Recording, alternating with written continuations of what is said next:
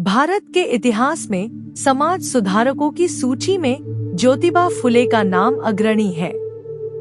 वे एक ऐसे युगद्रष्टा थे जिन्होंने भारतीय समाज की जड़ताओं, जातिगत भेदभाव और शोषण के विरुद्ध प्रभावी आवाज उठाई। फुले की पुस्तक गुलामगिरी 1873 उनकी विचारधारा का केंद्र बिंदु है, जिसमें उन्होंने भारतीय समाज की वर्ण व्यवस्था और सामाजिक अन्याय पर तीखा प्रहार किया है। गुलामगिरी एक ऐतिहासिक दस्तावेज है जो उन सामाजिक, धार्मिक और राजनीतिक मुद्दों को उजागर करता है जिनसे भारतीय समाज लंबे समय तक जूझता रहा। यह वीडियो गुलामगिरी की ऐतिहासिक पृष्ठभूमि, विचारधारा, सामाजिक संदेश, आलोचना और समकालीन महत्व पर विस्तार से चर्चा करेगा। 19वीं सदी का भारत ब्रिटिश उपनिवेशवाद के अधीन था। देश में सामाजिक असमानता, जातिवाद, धर्म के नाम पर शोषण और सामाजिक जड़ता व्याप्त थी। इस समय ब्राह्मणवादी व्यवस्था का प्रभुत्व था, जिसने भारतीय समाज को एक कठोर वर्ण व्यवस्था में बांट रखा था। जाति के आधार पर विभाजित यह समाज उच्च वर्ग, मुख्यतः ब्राह्मण और क्षत्रिय, को विशेषाधिकार प्रदान करता था, जबकि शूद्र और अतिशूद्र, जिन्हें आज दलित कहा जाता है, वर्गों को जीवन के सभी क्षेत्रों में शोषित और अपमानित किया जाता था। ज्योतिबा फुले का जन्म 1827 में एक माली, बागवानी करने वाली जाति में हुआ था, जो कि एक शूद्र जाति मानी जाती थी। इस जातिगत व्यवस्था में फुले को और उनके समाज के अन्य लोगों को तरह तरह के अपमानों और भेदभावों का सामना करना पड़ा। समाज में व्याप्त अन्याय, जातिवाद और धार्मिक पाखंडों के प्रति उनकी आलोचनात्मक दृष्टि का विकास इसी अनुभव से हुआ। गुलामगिरी इसी पृष्ठभूमि पर आधारित है। गुलामगिरी पुस्तक का सार और मुख्य विचार। गुलामगिरी का शाब्दिक अर्थ है गुलामी या बंधुआ मजदूरी। इस पुस्तक में फुले ने जातीय शोषण और सामाजिक असमानता को गुलामी के रूप में चित्रित किया है। उन्होंने विशेष रूप से ब्राह्मणवादी व्यवस्था की आलोचना की है और इसे सामाजिक शोषण का आधार बताया है। फुले का तर्क था कि यह व्यवस्था केवल उच्च जातियों के लोगों को सशक्त बनाने और निम्न जातियों के लोगों को गुलाम बनाए रखने के लिए गढ़ी गई है। ब्राह्मणवाद और धार्मिक शोषण। फुले ने गुलामगिरी में तर्क दिया कि ब्राह्मणों ने धार्मिक ग्रंथों और कर्मकांडों के माध्यम से निम्न जातियों को शोषण का शिकार बनाया है। उन्होंने कहा कि धार्मिक ग्रंथों को जानबूझकर ऐसा लिखा गया कि निम्न जातियों के लोग इनसे हमेशा दूर रहें और उन्हें शिक्षा प्राप्त करने का कोई अधिकार न हो। ब्राह्मणों ने वेदों और पुराणों के माध्यम से समाज को यह विश्वास दिलाया कि निम्न जातियों का जन्म ही सेवा करने और उच्च जातियों की सेवा में अपना जीवन बिताने के लिए हुआ है। जातीय शोषण की तुलना गुलामी से। फुले ने जातीय शोषण को यूरोप में प्रचलित नस्लीय गुलामी की तुलना में देखा। उनका मानना था कि जैसे काले अफ्रीकियों को गोरे यूरोपियों ने गुलाम बना लिया था, उसी प्रकार भारत में ब्राह्मणों ने शूद्रों और अतिशूद्रों को मानसिक और शारीरिक गुलामी में डाल दिया है। उन्होंने कहा कि यह सामाजिक और धार्मिक गुलामी सबसे खतरनाक है, क्योंकि यह लोगों को मानसिक रूप से इस हद तक प्रभावित करती है कि वे अपने शोषण को सही मानने लगते हैं। धार्मिक पाखंड और तर्कसंगता की मांग। फुले ने हिंदू धर्म में व्याप्त धार्मिक कर्मकांडों और अंधविश्वासों की कड़ी आलोचना की।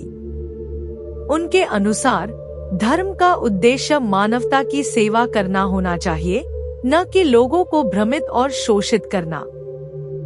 फुले ने समाज में तर्कसंगता और वैज्ञानिक दृष्टिकोण अपनाने पर जोर दिया।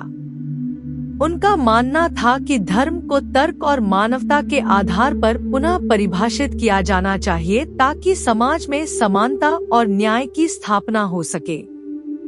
नारी शोषण की आलोचना। फुले ने गुलामगिरी में महिलाओं की स्थिति पर भी चर्चा की है।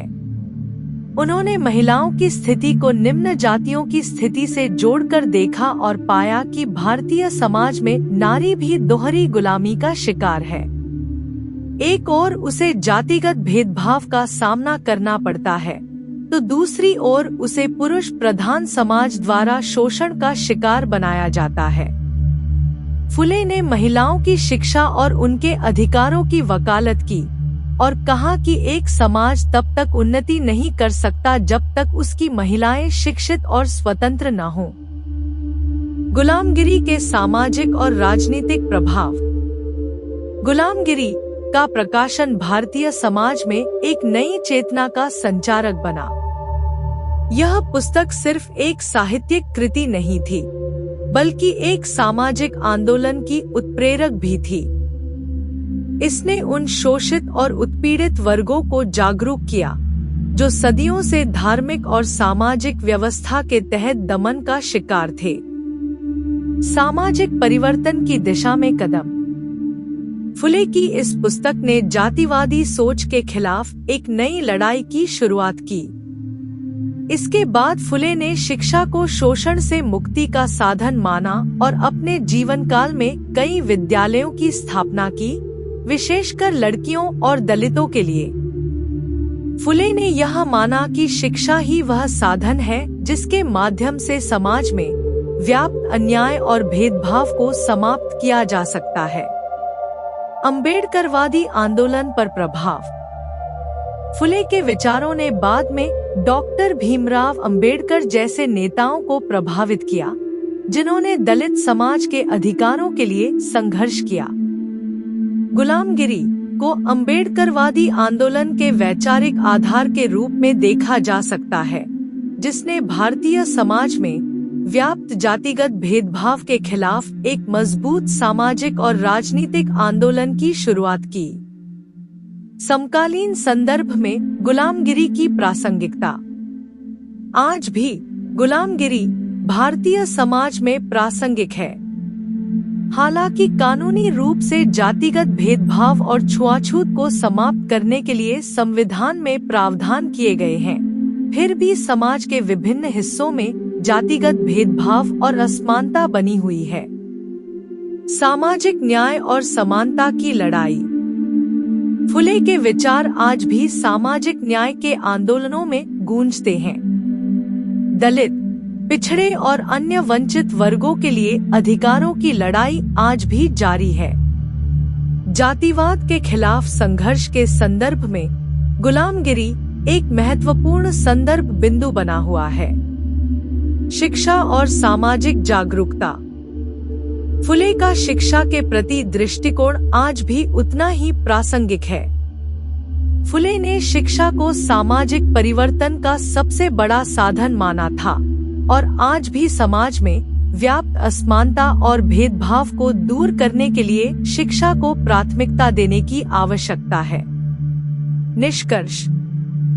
ज्योतिबा फुले की पुस्तक गुलामगिरी न केवल एक ऐतिहासिक दस्तावेज है, बल्कि यह समाज में व्याप्त असमानताओं के खिलाफ लड़ाई का प्रतीक भी है। इस पुस्तक के माध्यम से फुले ने एक नई सामाजिक चेतना का सूत्रपात किया और समाज में व्याप्त अन्याय, भेदभाव और गुलामी के खिलाफ आवाज उठाई।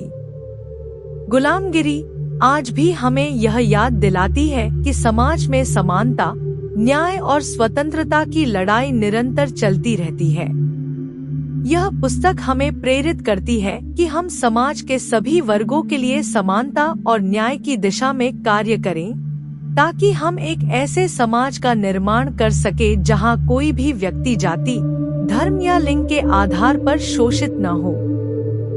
अंत में ज्योतिबा फुले का गुलामगिरी एक ऐसी मशाल है जो भविष्य की पीढ़ियों को अंधकार से लड़ने और न्याय के प्रकाश की ओर बढ़ने का मार्ग दिखाती रहेगी।